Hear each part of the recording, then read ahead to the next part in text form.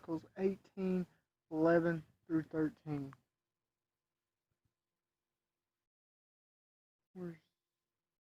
Then also King David dedicated unto the Lord with silver and gold that he had brought from all these nations, from Edom, and from Moab, and from the children of Ammon, and from the Philistines, and from Amalek.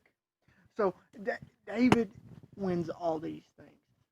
An ungodly king would have took all these things and used them for himself. David realizes that the Lord was the one that gave him the victory, so he gives them back to the Lord. He sees these vessels and he gives them back to the Lord, most likely for the use of the temple or the priest. Most likely this is how, because he didn't like melt. This is most likely how he gave them back to the Lord, by giving them to the use of the temple. Use of the priest. They would have used these perhaps in the tabernacle at the time. Okay, verse 12. If I can find it.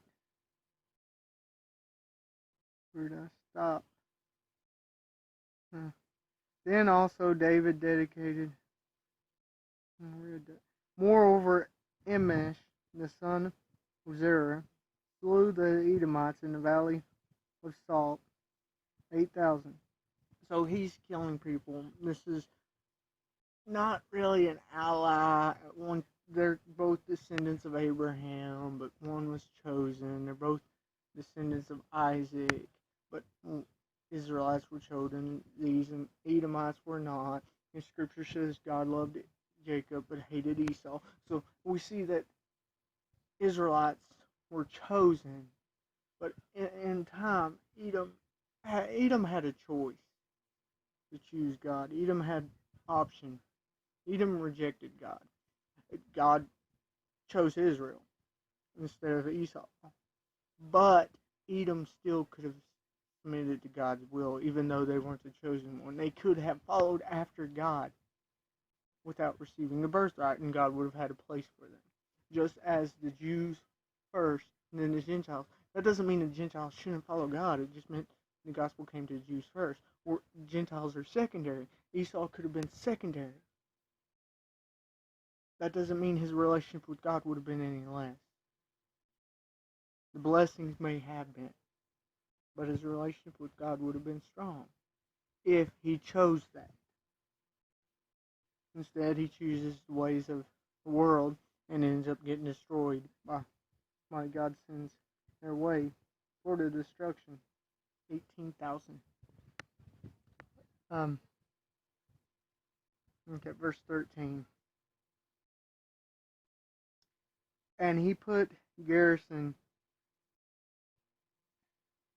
in Edom, and all the Edomites became David's servants. The Lord preserved David wherever he went. So we see pity from David on this group of people. Probably because this group of people is descendants of Abraham. We don't see David making slaves of everybody. But we see in that verse how David's victorious. The Lord leads him to victory after victory. Because David sought after the Lord. David would not have went into a battle without seeking the Lord's advice first. Because of this, David knew it was a battle the Lord wanted him to fight, so he'd win the battle. But David went into the battle not because he'd win, but because the Lord was willing to lead him in this battle. Oftentimes, we favor our options based on, well, we'll do well in this.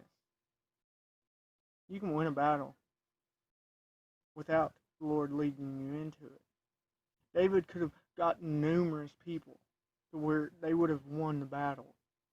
But David wouldn't have went into battle, even if he won, if it wasn't the Lord's will. Oftentimes, we base our decision on whether we'll win or lose the battle, when we need to base it on whether the Lord wants us to enter it or not. Also, David shows mercy to this group of people, the Edomites. He makes them slaves.